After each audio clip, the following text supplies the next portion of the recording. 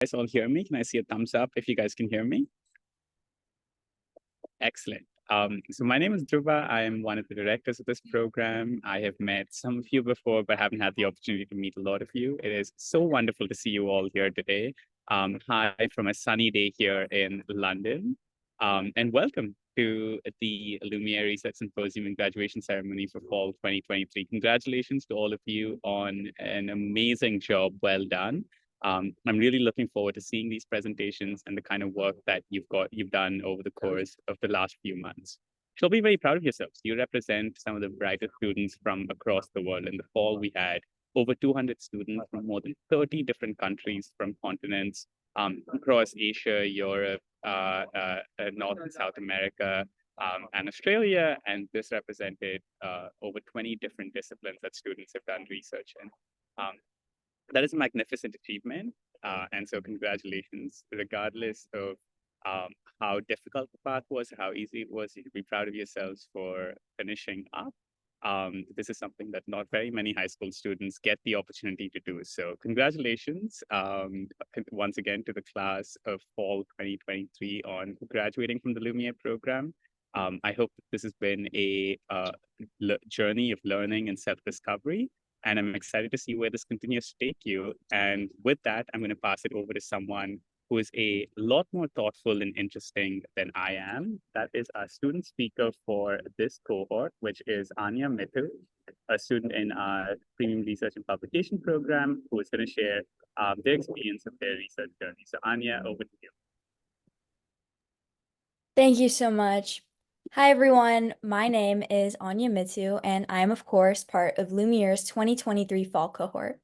Before I begin, I'd like to thank the entire team at Lumiere for crafting such a well-oiled machine and giving me the opportunity to speak about my time with them.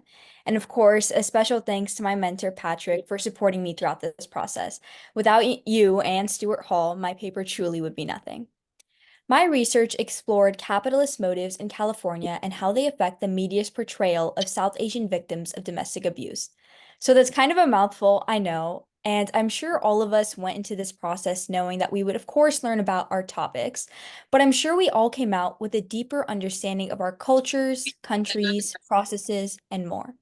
My topic sparked interesting conversations with my mother and my aunt, and I truly believe that this is the beauty of research and of education.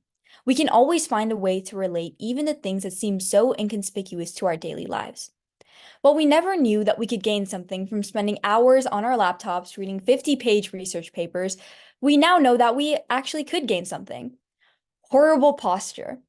Yet, this is just another testament to our achievements here today as scholars and as researchers.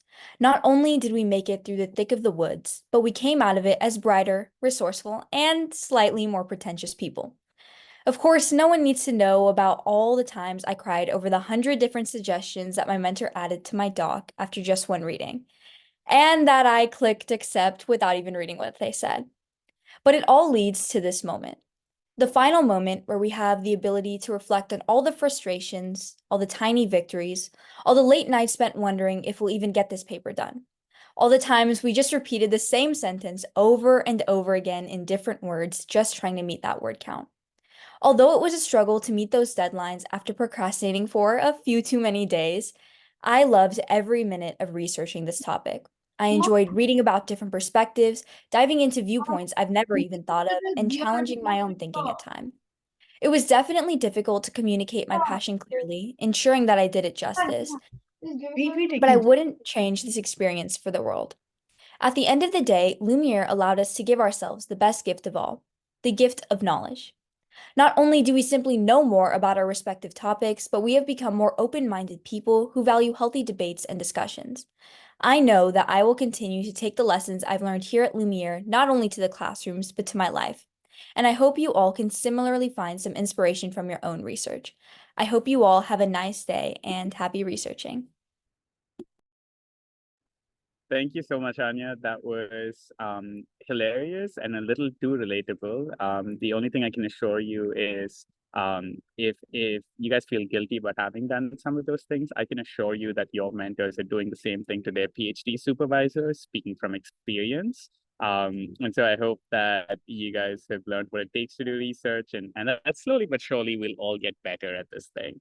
Um, Quick reminder to everyone that the chat box exists for us to cheer each other on and celebrate the work that we're doing. So please feel free to use it generously. And with that, I'm going to pass it to a program operations lead, Nandini, who will introduce the different student presentations where we'll get a little bit of an insight into the different kinds of research that students have done over the course of this cohort. Thank you, Dhruva, and hello, everyone. Welcome to 2023 Fall Symposium once again. And I'm super excited for the next couple of presentations. I know all of us have done and a lot of work and also put in a lot of effort, but I think this was, again, very hard for us to just like pick a couple to show all of you some of the amazing work that has been done over the last couple of months. To kick us off, we have Albert, who's going to talk to us a little bit about foreign investment by China and how that's affected Madagascar. So Albert, over to you. In the long run, we're all dead, said the renowned grandfather of modern Keynesian economics, John Maynard Keynes. Now, although Keynes strongly opposed free trade and strongly advocated in favor of protecting and developing domestic industries, it seems as though the world is currently singing a different tune. Hi, everyone. My name is Albert Pamplona-Lestenko, and today I'm presenting my research paper as part of Lumiere's Research Symposium for the fall of 2023. My research mentor in this journey was Young-In Choi, and my research question, albeit really long, but hopefully interesting, reads, how did Madagascar's peaceful transition of power during the 2018 presidential election affect the levels of foreign direct investment by China in the Madagascan territory as a result of the conflicting ideological pillars between the two parties? So let's get started and get into the background. So before anything, it is incredibly important to understand who the two key players in this research paper are. And in this case, they are Madagascar and China. Does he have to present anything? What? Is everything okay? Okay, I'll continue then. So, yeah, Madagascar and China. Now, China wasn't always the economic powerhouse that we know it to be today. And in fact, at one point in time, unemployment levels were really high in the country, and economic growth was extremely slow, if not stagnant. Now, after China reached its economic boom in the 21st century, the Chinese government vowed to try to help out such underdeveloped countries throughout the world because they kind of resembled China at one point in its past, essentially. Now, as a result, China invested hefty amounts of money in areas in the world that are usually perceived as underdeveloped, such as South America and the African continent.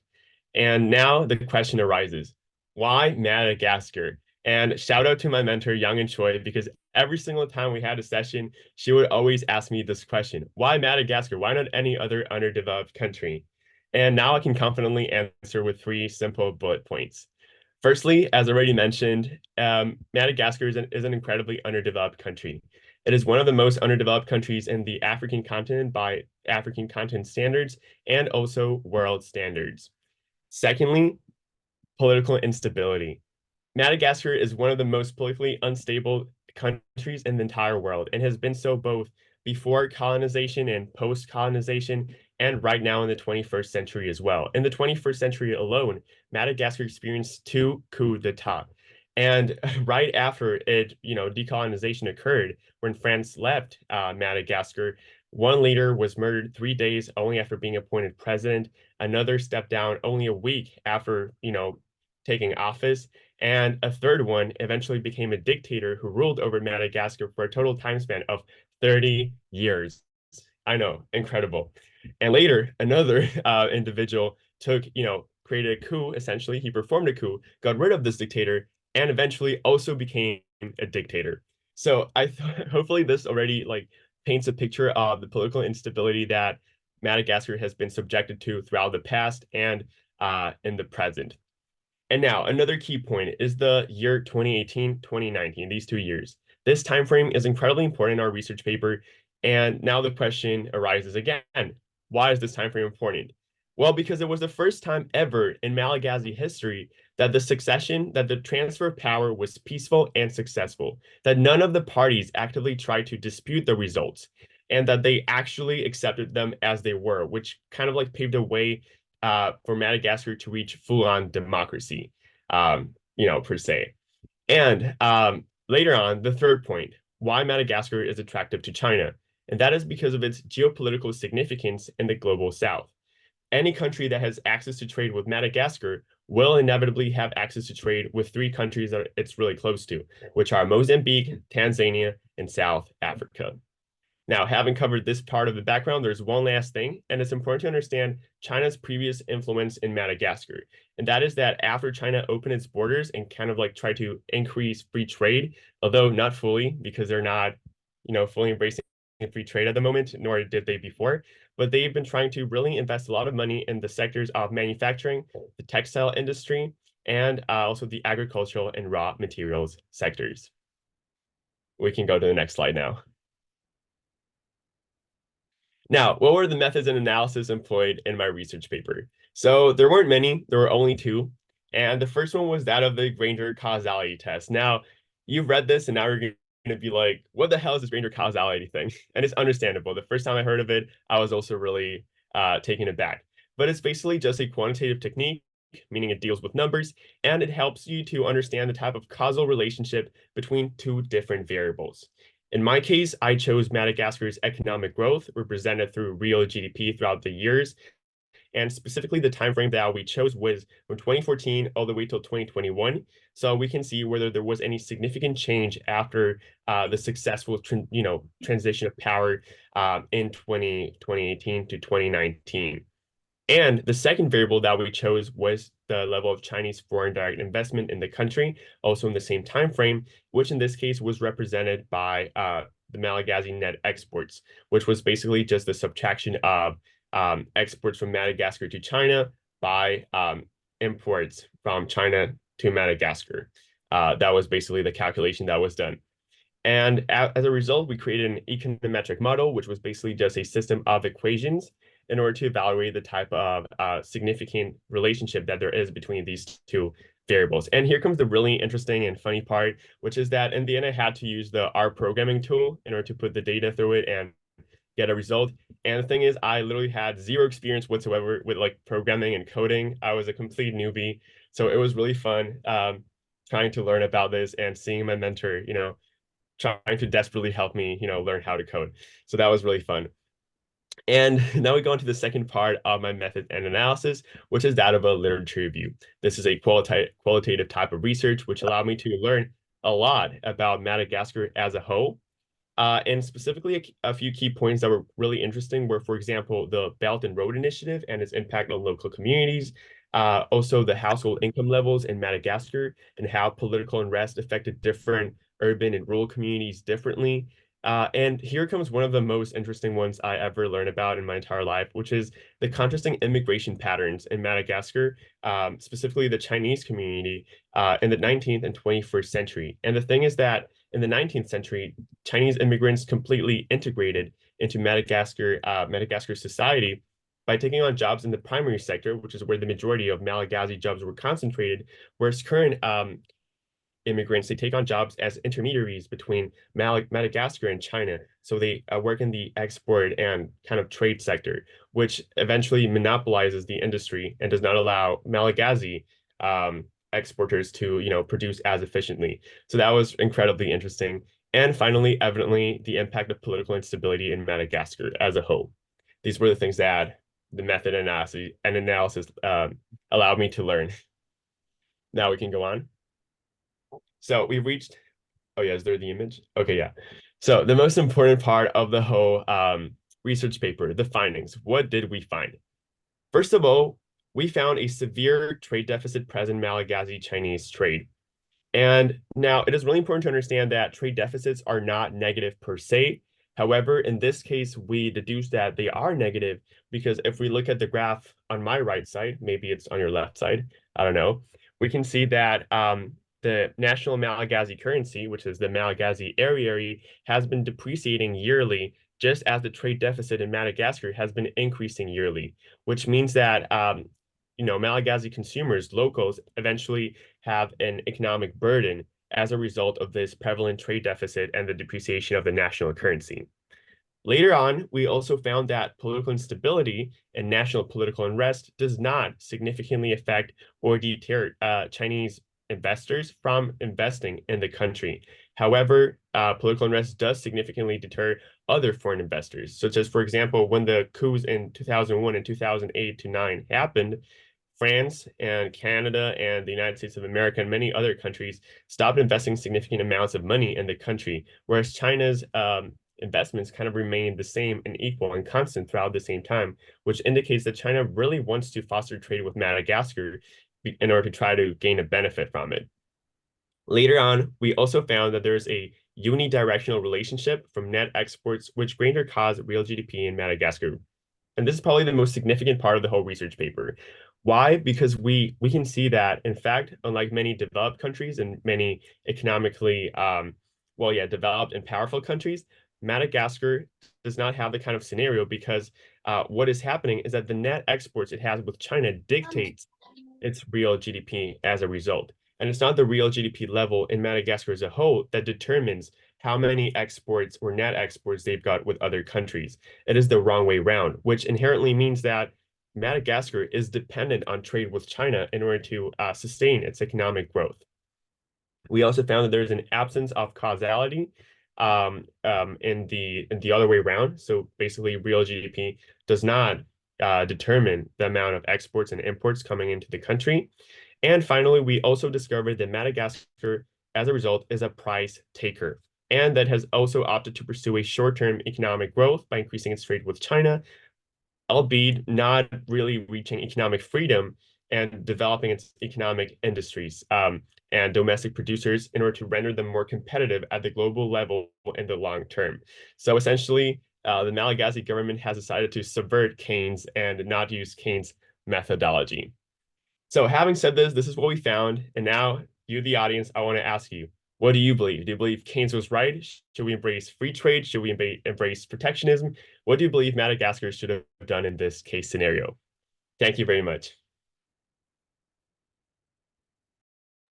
Awesome. Thank you, Albert. I think all of us also got the answer of why Madagascar. So I think we really enjoyed the presentation and just the various factors that you had taken into consideration while you're researching.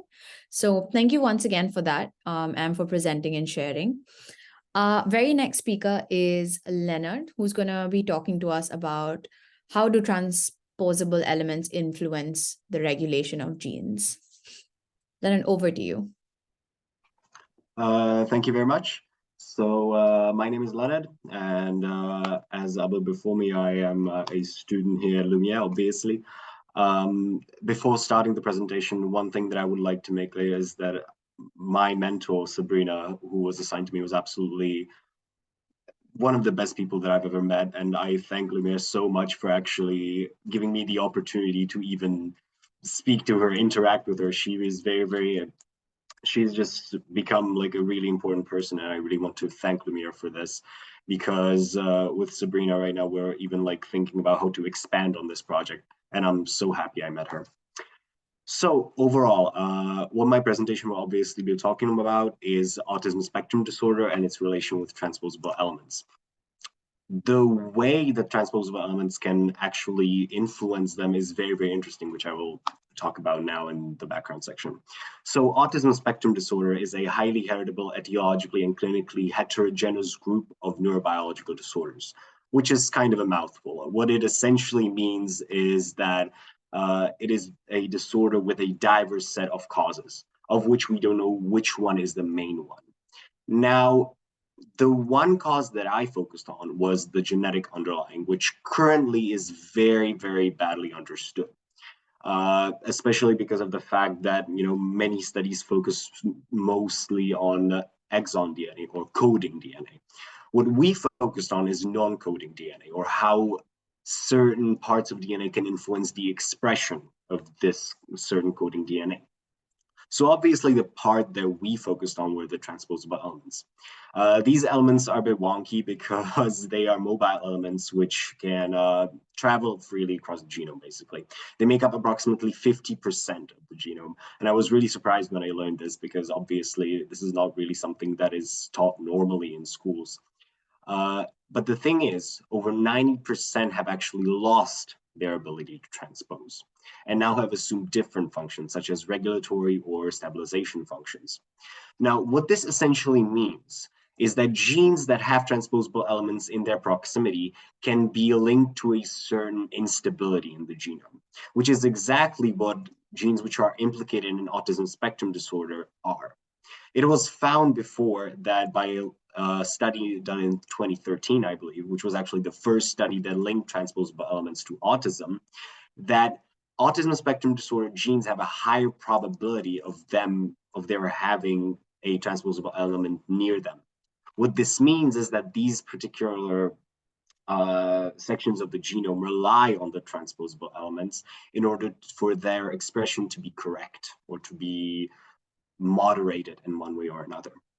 Now, the way transposable elements moderate the expression of these genes is using a variety of different molecules, such as the Crab's zinc finger proteins around which we structured this study. These molecules are capable of methylating the transposable elements. What this is basically an addition of a methyl group onto the certain transposable element. What this does is it inhibits the expression of a certain gene. Now, what I will talk about later is how a transposable element and its distance from a certain gene is very, very important, as it was shown that if a transposable element is within a distance of 500 kilobases from a certain gene, it is capable of influencing its expression. On this, we structured our study in order to elucidate certain transposable elements and how they specifically might influence the expression of certain genes. And then we attempted to find a potential functional homogeneity among all of these genes. Now, how we did that, I will explore in the next slide with the methods and analysis. So the first analysis, which was the most important, was the differential expression analysis, which is a statistical test which is done in the programming language R. As Albert, I had virtually no experience with R, so this was a very, very interesting thing to do. What this test essentially did was we had a list of genes from autism spectrum disorder patients and a control group. We compared the relative expression of their genes. So essentially you had a gene list and next to it you had the relative expression of the autism spectrum disorder patients, and then you had the same thing with the control group. What this test did is it showed us genes which are differentially expressed, which means which have a really, really different expression in autism spectrum disorder patients than the control group. From this, we gained a list of genes which we then used in the subsequent analyses. One of these was the transposable element enrichment analysis, which uses the information that I talked about before, that a transposable element, if it is within 500 kilobases, it can have a potential effect on the expression of a certain gene. What we did essentially is we chose some transposable elements which essentially there is a tool called the genome browser where you can see the gene sequence and you can see which transposable elements are next to them. So what we did is we searched up every single one of these genes up until like the 200th gene, I believe, and we saw which transposable elements are like repeating. We then took these transposable elements and calculated their relative distance. From this, again, gave us a list of genes, which we then fed to the Web Gestalt analysis. This analysis essentially grouped these genes and gave us the function of them. One main function, which I will talk about now on the next slide, that we found from this, if we can go on to the next slide, was immune function. And I really want to stress this. The immune function that we found was not really a surprise, as immunity or immune dysregulation was already linked to autism spectrum disorder. But what was interesting was that the transposable element analysis showed a special relationship to this immunity. What this means is that now we provide a completely different hypothesis on how to actually look on autism spectrum disorder, that these transposable elements might actually be the main cause of this dysregulation. What you can see on the graph on the right is essentially how these genes are upregulated. We see a really, really strong trend of upregulation with the blue genes, or the blue graph being all the upregulated genes, and then the red and the green graph showing the significant genes, all of which, as you can see, or most of which are upregulated. We found a multitude of transposable elements, one of which was particularly important was MLT1J, which has never been associated with any regulatory function. And as well, the crab zinc finger proteins analysis did not give us any relative results, which means, if we can go on to my last slide, which I added because I really wanted to put this into perspective, is future direction. One of these is obviously the optimization of the transposable element analysis, because we just chose some elements at random. By doing this, we actually choose the most statistically important elements, and then we can actually evaluate them. The second direction that we would like to take is proteomic analysis, because the crab zinc finger proteins undergo a post-transcriptional transformation, which might warrant future research, as our analysis did not show anything wrong with them. And as you can see on the figure of the right, these are all the molecules that can potentially influence the expression of genes by transposable elements. These molecules actively modify transposable elements. As you can see, there is a whole lot of them. So it would be really, really nice for us to actually be able to explore how each and every one of these molecules can potentially be linked to autism spectrum disorder. And with this, I hope that it wasn't too much information at once. I hope that I explained it more or less clearly, and thank you for listening. I really value your time. Sorry, I was on mute. Thank you so much, Leonard, and for sharing. I think it's great that you've decided to continue your research and move forward with what you've learned so far. And once again, thank you so much for sharing. Next, we have Twisha, who's going to talk to us a little bit about the Indian stock market. Twisha, over to you. Thank you. Hi, my name is Twisha Chandrasekhar Rawat, and I'm a grade 11 student based out of India. I'm truly honored to be given the opportunity to present my research paper on whether the Indian stock market can affect the US stock market. I would first like to thank my research mentor, Mrs. Tasai Hong, for guiding me through the entire research process and helping me in successfully completing the research paper. So let's get started.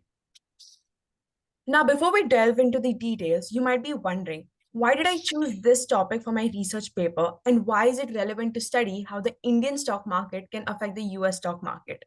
Well, according to a Morgan Stanley report of 2023, India will emerge as a key driver for Asia and global growth. Estimates were made that India's export market will rise to 4.5% by 2031. Apart from this, the National Stock Exchange, which is one of the stock exchanges of India, occupies the 8th position in terms of market capitalization. The New York Stock Exchange and NASDAQ, which are the stock exchanges of the US, occupy the 1st and 2nd positions respectively.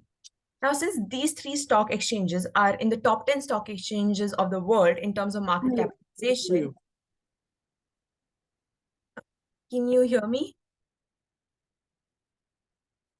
Yes, yes, go ahead.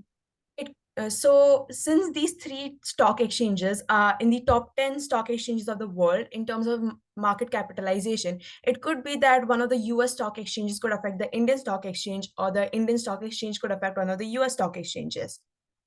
So there are research papers talking about that.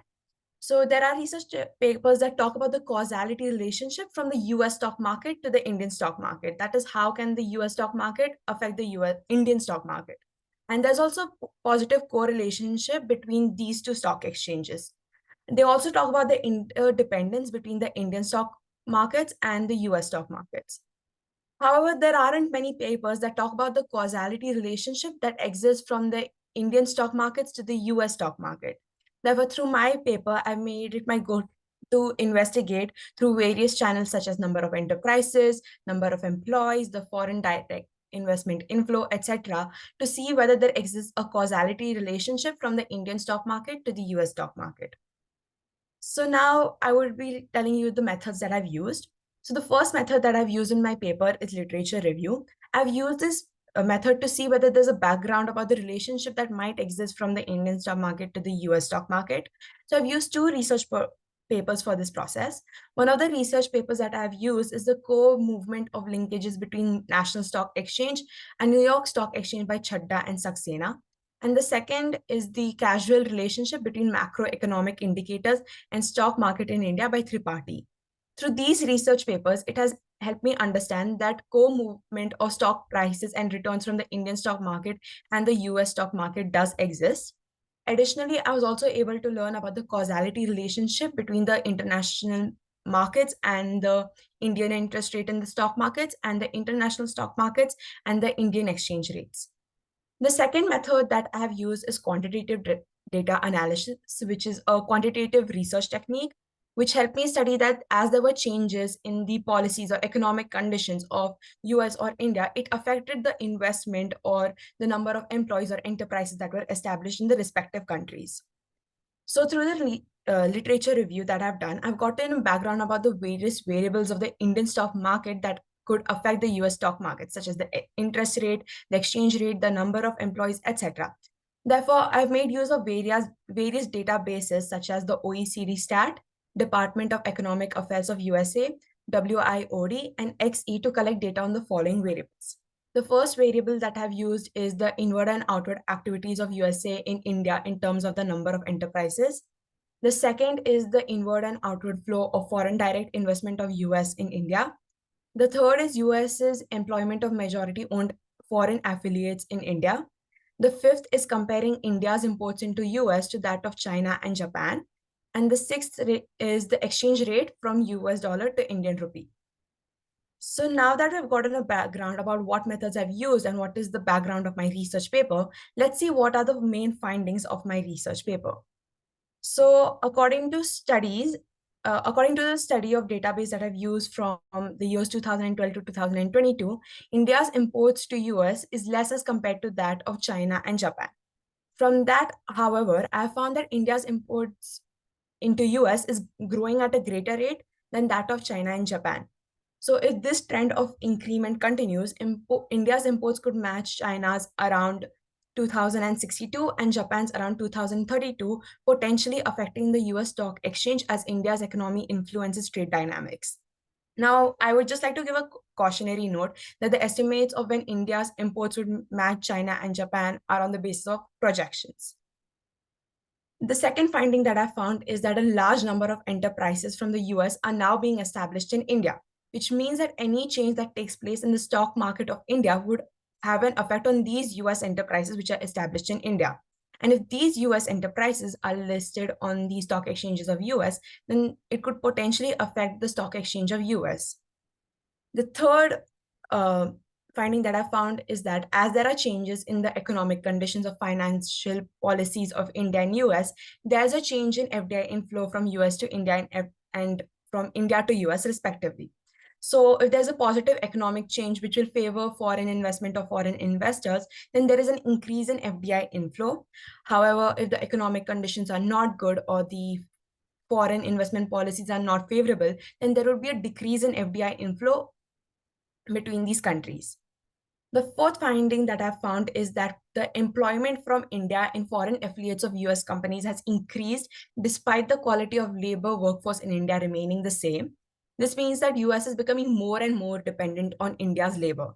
And this could be because that India's labor is cheaper as compared to that of US and is more readily available. The fifth finding that I found is that India's share of input in the intermediate demand of US has increased significantly as compared to that of Japan and China. Therefore, if India's input in US's intermediate demand continues to increase, then if there's a sudden decline in the supply of India provided to US, it could lead to the stock exchanges of US having a negative impact. And the last finding that I found is that during the period of 2013 to 2023, the consumer price index of US increased more than that of India's. Due to this, the products which were available in the US have become more expensive as compared to that of India. This means that it could be that US starts purchasing more and more products from India due to them being available at a cheaper rate as compared to the price at which it is available in the US. So that's all about my research paper. I hope my research paper was insightful and you were able to learn something today. I would really like to thank Lumiere for giving me this opportunity because it was honestly one of the greatest experiences of my life. I would also like to thank my mentor again, Tasai Hong, who helped me in completing this research paper. And Miss Nandini Passeltine, who was my program manager and was always there to help me out, as well as the writing team and publication team, who has helped me in refining my research paper as well as the publication process. So thank you, everybody. And the documentary movies, TV shows, and music for Harlem. Awesome. Thank you, Trisha. And I think one thing that all of us are taking away is definitely the influence that India has on the US. And we are all definitely taking something away from this presentation. So once again, congratulations on graduating and thank you so much for sharing. Next, we have Anastasia, who's going to be talking to us a little bit about the gender gap in financial literacy. Anastasia, over to you. Hello, everyone. I'm Anastasia Manalashvili, and I'm a Georgian junior, and I'm going to present my research about gender gaps in financial literacy. So my research question was, how does the gender gap in financial literacy alter throughout different age groups in developed countries, and what causes these variations? And my hypothesis, based on the previous studies, was that the older males would do better, will show more financial literacy. So I'm going to tell you some background information first. So if you don't know, financial literacy is a capability to comprehend basic finance and business principles. And it is really significant because it really helps people to make effective financial decisions. And nowadays it's becoming more and more essential in this financial world. And previous studies have shown that men are generally more financially literate than women. And this was especially shown in developed countries. And this was really salient even in the places where women are usually more educated. And so previous research and empirical evidence indicates that individuals with greater financial literacy experience less financial concerns. And also men surpass women in financial knowledge and confidence when it comes to managing financial matters. So in my research, next. So in my research, I used two methods. So first thing I used was Google Forms, and it was a questionnaire that consisted of 10 numerical and non-numerical questions. And over 215 men and women from different countries completed the survey. And then with the help of my mentor, I used this program called Stata to analyze the questionnaire. And I'm going to show you two question examples, one for a numerical question and another for a non-numerical. So for the example of a numerical question I used was, how confident are you in your financial knowledge? And example of numerical question I used was, like, if you invest $1,000 in a savings account with a 5% annual interest rate, how much would you have in the account after 1 year? And this might sound easy, but a lot of people actually got this question wrong. So final method I used was that I started discussion forums on websites like Quora and CollegeVine, and 16 people have responded, and all of them claimed that they have observed the gender gaps.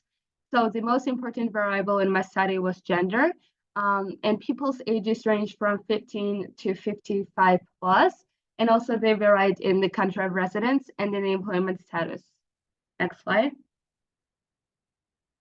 So now I'm going to tell you some of the important findings of my research. So the first question I asked on Google Forms was the confidence level of the respondents. And most of the males said that they feel somewhat confident in their level of financial literacy, and females felt less confident, with the majority stating that they feel neutrally confident. Also, the majority of the employed people claim to be somewhat confident, and students and unemployed people mainly claim to be neutrally confident. The next question I asked was regarding financial behavior, and about 16% of the Georgian respondents described their financial behavior as balanced, compared to the 14% from France and the UK, 25% from Italy, and about 57% from Germany. Then I asked about their approach to saving money, and most of the students with their ages ranging from 15 to 18 said that they save money whenever they can, but not regularly. The majority of the respondents aged 19 to 30 and 31 to 43 said the same, while 50% of people with ages 44 to 54 claim they save money regularly and constantly. Also, I have noticed that the ones employed save money more regularly and constantly than the unemployed. I further asked about the participants. I further asked the participants about their comfort levels when dealing with financial issues. None of the respondents with a doctorate degree reported feeling somewhat uncomfortable. Only 2 respondents with a master's degree reported feeling somewhat or better uncomfortable. The final non-numerical question was regarding the respondent's wish to consult with a partner or spouse when making significant financial decisions. And as surprising as it might sound, more males said they prefer consulting with a partner or spouse when dealing with financial matters than women. So another part of the survey asked numerical questions like calculating the money in a savings account. And as you can see in the graph, females were in the majority of both, all and non-correct. However, males have surpassed them in having 1 or 2 correct answers.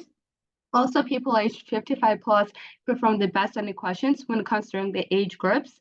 The majority of the people who did not answer any question correctly at all were in the age groups of 19 to 30. Also, most of the unemployed didn't answer any question correctly. In comparison, only a small percentage of the employed got every question wrong. And finally, when comparing the education level on the scores, people with doctoral degrees did the best. Most of them got all correct. So after gathering the survey results, I decided to start discussions online to better understand the inequality problem. And one respondent, Martin Gained, he responded on Quora that for 15 years of marriage, so he said for 15 years of marriage, I strictly adhere to the model. I make the money, she spends the money, and he added that if he's ever short on money, he's the one who gets blamed. An anonymous user of CollegeBand shared her viewpoints that as a young woman, I have definitely noticed that personal finance is treated in the sense that girls are guided away from it. She added that the complexity of concepts makes women feel intimidated because the finance and economic sectors are hugely male dominated. One of the playing roles in this man dominance may be held by confidence levels. Previous studies have shown that because of the discrepancies in confidence levels may be caused by stereotypes. So this is supported by the anonymous user in CollegeBand who claimed that girls are usually guided away from the field. Another factor in the play is definitely the employment status. Employed respondents have acquired much more points in the Google Forms than the unemployed. Additionally, age and financial literacy have proved to be positively correlated in the study. And finally, the financial literacy inequalities have also appeared in education levels, so that is another contributing factor. This study has shown that gender gaps are existing in financial literacy, with men showing higher acumen than women, and it will be recommended for future research to delve deeper into the other factors affecting the gap. Now I want to tell you some things I have learned from the whole experience. So first and foremost, I have learned about conducting research. So thank you to Lumiere for giving me the opportunity for that. So I have learned how to gather data using different methods and then how to analyze them. I've also learned how to write a good research paper. And also I have learned more about my field of interest, finances. I have better observed the gender gaps that exist in finances, not only by gender, but also by age, country of residence, and employment status. I've also learned collaboration with not only my mentor, but also my writing coach and program manager. And thank you for listening. Of course, thank you, Anastasia, for sharing. I think you've given us a wider view of the gap and why it's important for us to be filling the gap, especially you've given us the reasons and areas where this is prevalent. So I think thank you so much for letting us know and for sharing what you've learned here at Lumiere as well. Our very last presentation is by Ashvi, who's going to be talking to us a little bit about Parkinson's disease and also the potential for personalized medicine. Ashvi, over to you. Thank you. Hi, everyone. My name is Ashvi, and I'm super excited to share with you all what I've been researching this past term at Lumiere. I'd firstly like to thank Lumiere for this wonderful opportunity, and secondly, my mentor, Eugen, for her tremendous support. So my neuroscience literature review focused on 2 primary questions. The first being, what are the personalized treatments for Parkinson's disease, PD patients? And following up on that, what is the potential for this personalized medicine in treating PD? So to get started with some background, PD is the second most prevalent neurodegenerative disease globally, and it affects more than 6 million people. Despite this disease being very widespread, there are currently no treatments that actually modify the course of the disease. So they instead only provide symptomatic relief. And pathologically, the disease itself is identified by 2 factors. The first being the loss of dopaminergic neurons, and the second being the accumulation of Lewy bodies, all in an area of the brain called the substantia nigra. So because of these two things, PD patients experience motor dysfunction and the inability to produce dopamine, which is the neurotransmitter in our bodies that contribute to our happiness, our movement, and our memory. And beyond these pathological identifiers, there are also genetic factors that contribute to the cause of the disease, which include many mutations in certain genes, such as the alpha-synuclein gene. And additionally, the disease is quite heterogeneous because the pathologies between different patients can vary vastly due to factors such as their age, their genetics, and the environment that they live in. So because of these reasons, the rise of personalized medicine, which accounts for these various differences, provides a promising avenue for PD treatment in the future. Next slide. And I conducted my research in the following two methods. The first being a database search, which helped systematically investigate the different studies on treating PD using the personalized approach. And I looked at about 47 papers to explore the significance. And I focused on interventions such as stem cell therapies and gene targeting therapies. For example, one of the titles of the papers I looked at was called Personalized iPSC-derived dopamine progenitor cells for Parkinson's disease. That's a bit of a mouthful, but in other words, the paper focused on a trial that reprogrammed cells from our skins into dopamine progenitor cells to reestablish dopamine production in a PD patient. Secondly, I used PubMed and clinicaltrials.gov using the following keywords to narrow down the various results that I was getting. And while looking at these papers, I compared and contrasted their experimental results to consider certain drawbacks and which therapies were more promising than others. Next slide, please.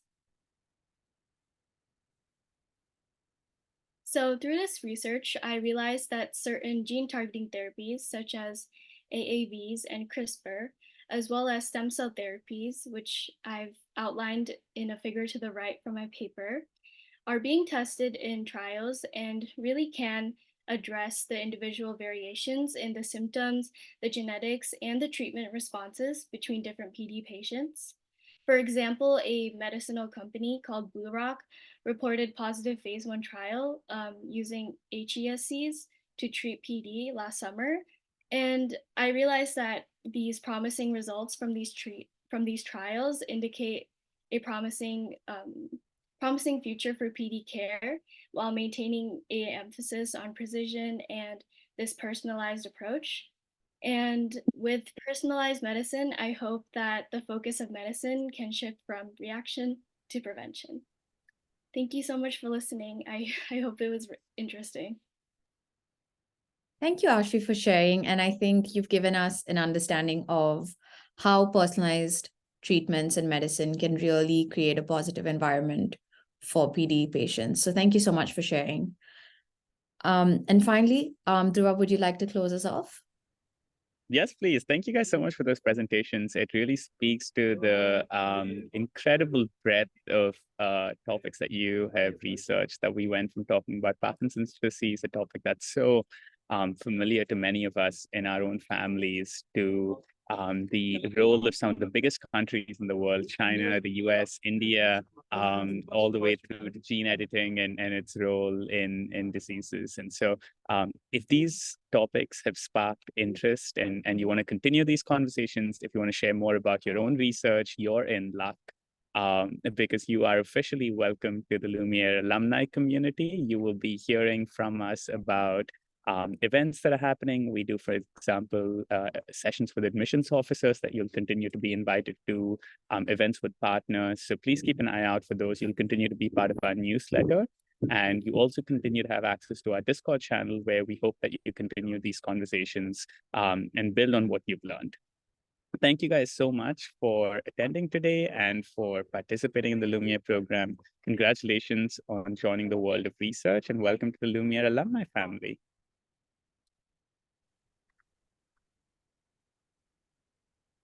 Thank you. Bye. See you guys. See you. Thank you. Bye. Thank you. Thanks. Thank you. Bye.